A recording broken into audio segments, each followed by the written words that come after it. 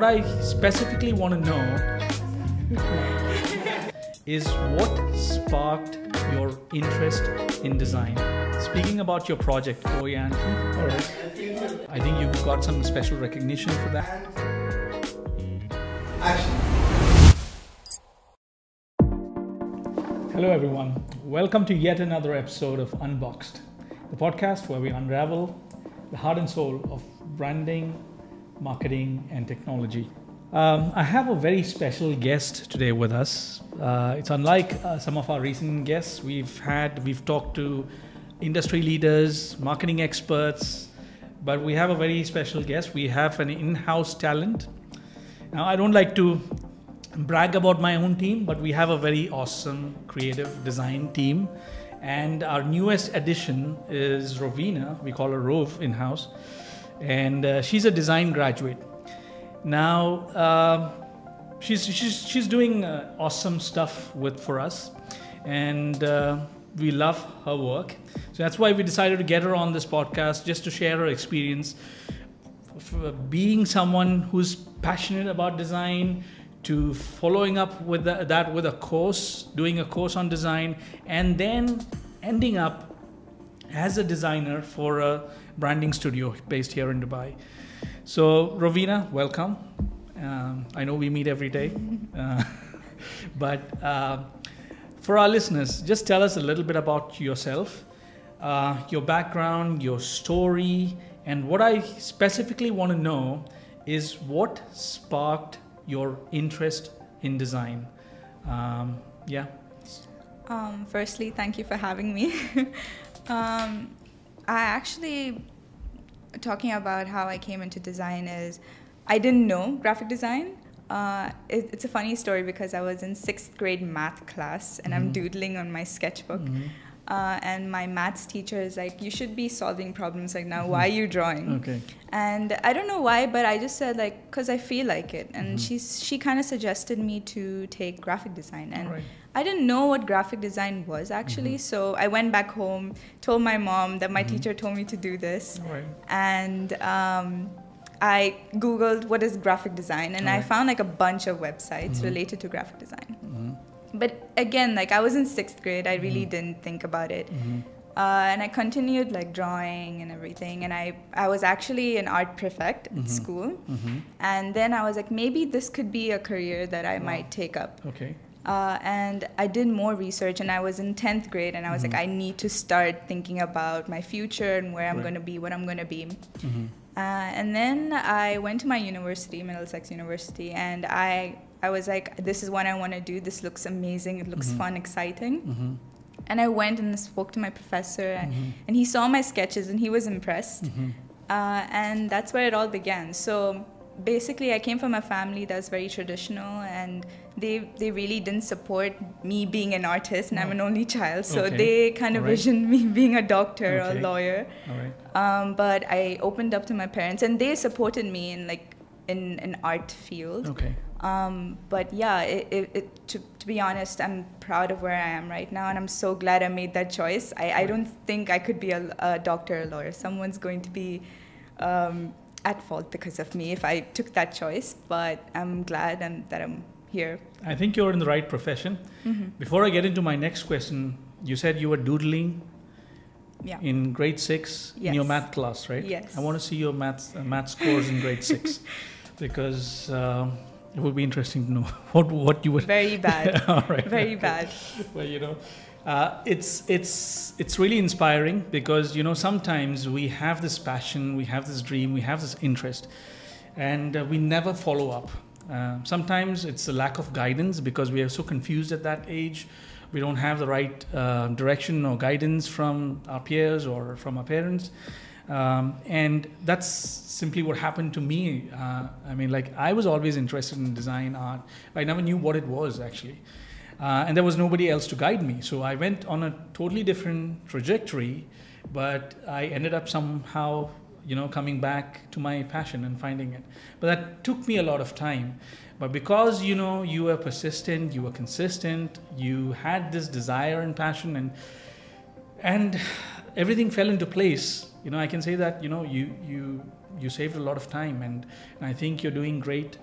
We've seen some of your work, and even though we've shown clients some of the stuff that we've done that you've created for us, and they cannot tell the difference between experienced, seasoned designer and someone like you who's just come out of fresh out of design and who's joined our team.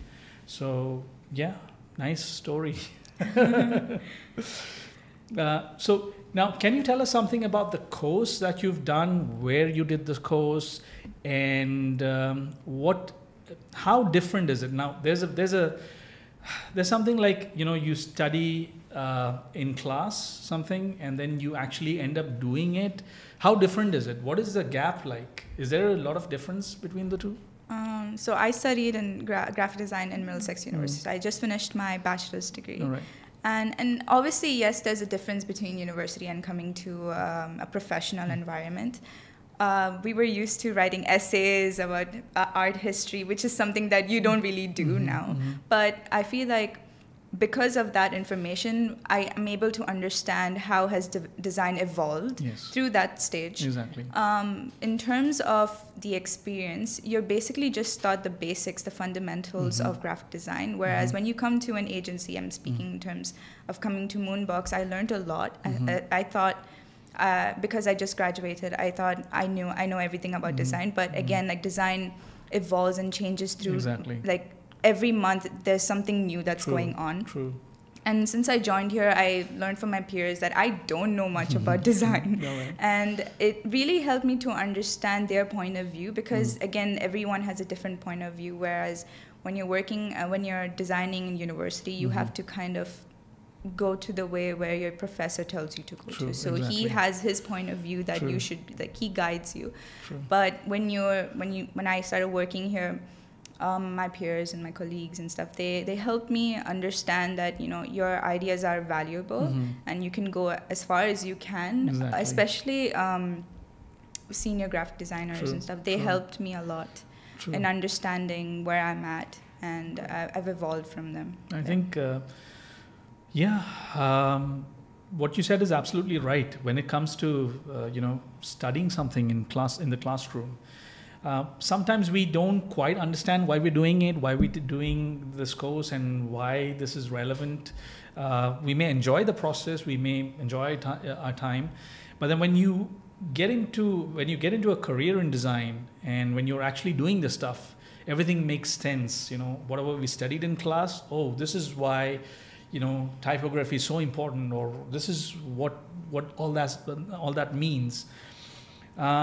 So and like you said, what you study in class, I've done some basic design courses and stuff like that, basic design tools. Unfortunately, the instructors that I had were not very creative. They knew the tools inside out. They knew, but I think you need a creative mind to unleash the potential of these tools. So I think it's a three-way. If you look at it, it's a three-way trajectory or something, where you learn something, you have this passion, desire, your creativity, and then you have the platform to actually showcase these skills. I think am I right? Or that's how it is. Yeah. Okay. Now, one thing that's like, there's a lot of people talking about it. It's what's happening around us, right? There's a lot of advancement in technology. Everybody is scared about their jobs, and I speak about it in all the episodes of my podcast. It's something that really interests me a lot. I'm using tools like AI tools like Midjourney, just exploring stuff. And Midjourney 5 is amazing. It's got a lot of potential. So what do you think about these advancements in technology in terms of how it's going to impact the creative industry as such? How is it going to impact the creative jobs? And does that make your life more easier or more difficult? Where do you see that going? In terms of technology evolving, I think we already knew that this is going to happen. Like if you think about 10 years ago, you would know that robots are going to take over the world, and AI is basically going to evolve and stuff like that. So when I was in 6th grade or like 7th or 8th, I was telling my parents, like, why do I have to study? Why do I need to do this when robots are going to do this for me? And it's actually a reality now. Yeah, exactly. But I would say I'm not afraid of using Midjourney or DALL-E, because I feel like it's kind of like a resource for us, like an inspirational guide, like how we use Pinterest and Behance. So we can use that as inspiration rather than using that to design for us, because we as humans, we have something called an emotional connection, something that these AI generated stuff cannot compose. So in my opinion, I don't think it's going to harm us effectively. But again, we don't know how far are these developers going to take that software forward. Exactly. I would suggest to not worry about it and just be free, because as designers, we are the ones who change trends on an on basis. Rather, we shouldn't worry about AI taking over. It's just do whatever you want. Like, design is be as creative as possible. That's really a good answer, actually. I think in one of my earlier videos, I was talking about the advancement in AI and ChatGPT and all the other tools that's available at our disposal today. And we have two choices in front of us, like either we embrace it or we run away from it. So if we have to embrace it, we have to upgrade ourselves, learn, educate ourselves, empower ourselves collectively, and then make use of the technology at our disposal. Something that caught my attention when you said that is, like, essentially we are at a very early stage of AI. It's just evolving. Big names are getting into the race. It started with ChatGPT, and before that as well, but the most popular one recently is the ChatGPT. Microsoft, Google, everybody's getting into the race. The only thing is, we are at a very early stage. When I discuss it with my friends, industry leaders, what they say is, no, they can never replace humans because we have this emotion baked into us and stuff like that. But what I have to say is, like, we are at a very early stage and technology is evolving so fast. What if we start baking that emotion into the AI, right? Yeah. So that's when we're going to see some major drastic, like we'll be questioning the next existence of mankind and stuff like that. So I think, that's my take on what you said. But I think you gave a very brilliant answer. Just let it be and just enjoy your life. Yeah. So as a designer, as a creative professional, we need a source for inspiration. For me, it's like when I'm in the shower, I just think about something, and then I discuss it with the team. Where did you draw your inspiration from? Like, where does it come from? I grew up here in Dubai. My whole life I've been here. So I was away from India, back home. And I'm kind of not connected with my roots that much. And so when I think about projects, so Oye Auntie, my final year project, that's something I really connected with, because I didn't know exactly what my cousins felt, and these are real life problems that are going on. And so I took inspiration from them, and how do I translate that to something that's witty and funny, but also a social cause that we can improve. All right. So these are some inspirations that I try to gather and collectively create something that's more effective and it brings awareness to people. Okay. And that's my whole mission in life, is just to bring awareness to people. Wow. Okay, great. So, speaking about your project, Oye Auntie, I know that it's got a lot of attention in school and college. I think you've got some special recognition for that project and stuff like that. But what was the impact? Did you have a lot of aunties knocking on your door at the end? What happened? I did get some angry aunties, yes, definitely. Okay. But the whole idea behind Oye Auntie was about cancel culture. And 2021 was a year where everyone's just getting cancelled. And I wanted to include that into my project. But I was wondering, who do I cancel? Who's that one person who deserves to be cancelled? And I came across aunties, because they've been there for the whole of our lives. Okay. But no one really calls them out. No one really talks back to them, because obviously that they'll just use it against you. All right. And I used cancel culture very wittily and funny and with the sarcastic tone to call them out on their behavior, because I'm part of Gen Z and we don't really handle such talks. How do I use that kind of humor to make auntie know that these are some things that are not acceptable in our generation? Obviously, our older generation, they don't really want to talk about it, but I feel like because we're so outspoken, we don't really care. So that's how I came across Oi Auntie. That caught our attention as well, like when we were when we were talking to you initially, and I think that was the standout stuff for us when we saw that. And not just the design part, because you have designers, but I think it's the idea behind it, bringing that idea into reality, the communication behind it, the emotion behind it, and that's what true design is, and that's what we need to, most people don't understand. It's not just about creating something beautiful, it's also the emotion that you want to capture with your work. You said you're part of Gen Z, and you're actually an inspiration for a lot of young people who are passionate about design, who are probably pursuing or studying design, and who want to pursue a career in design. So for those people, for those your people in your same group, what advice would you give them? Like, let's say you're addressing Rovena 5 years back, or 3 years back, or 2 years back. What is one advice that you would give her? Where are you standing right now, and what does the future? Where are you going ahead? I mean, what does the future look like for you?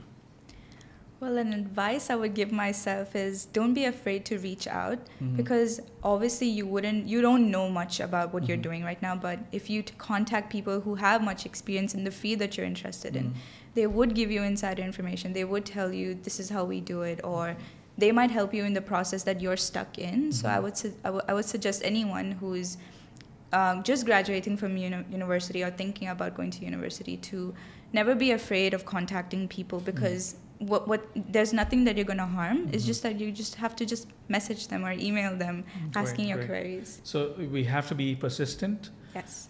We have to make sure that we don't give up, and so that we achieve what we're looking for. Yeah. What apart from design, is there anything that interests you? Any hobbies? Do you read? What do you do in your spare time? I would say I draw, but my deepest passion is music. Oh, okay. That's another passion that I really wanted to do. I wanted to be a musician. I play instruments here and there, but again, like, design is just my whole life. So yeah. Okay. So I just want to thank you, Rov. I know it's a very short session, but I just wanted to capture your thoughts on what it feels for someone who's really passionate about design, studying design, and working right now for an agency like us.